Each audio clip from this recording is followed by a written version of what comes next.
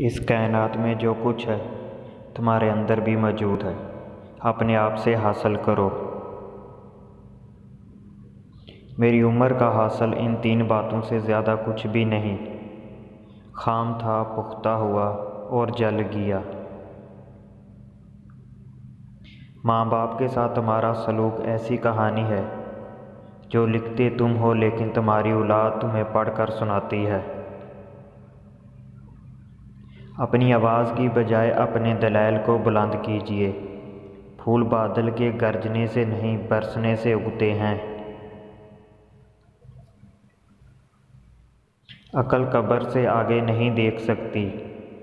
कब्र से आगे इश्क का कदम उठता है और इश्क एक जस्त में ज़मा व मकाम वाली कायनात से आगे निकल जाता है।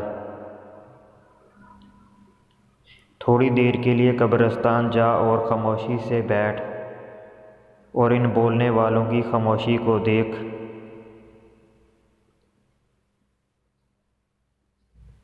जब दुनिया वाले तुम्हें घुटने टेकने पर मजबूर कर दें तो यही बेहतरीन वक्त है सजदे का। अगर मेरा इल्म मुझे इंसान से मोहब्बत करना नहीं सिखाता तो एक जाहिल मुझसे 1000 दर्जे बेहतर है।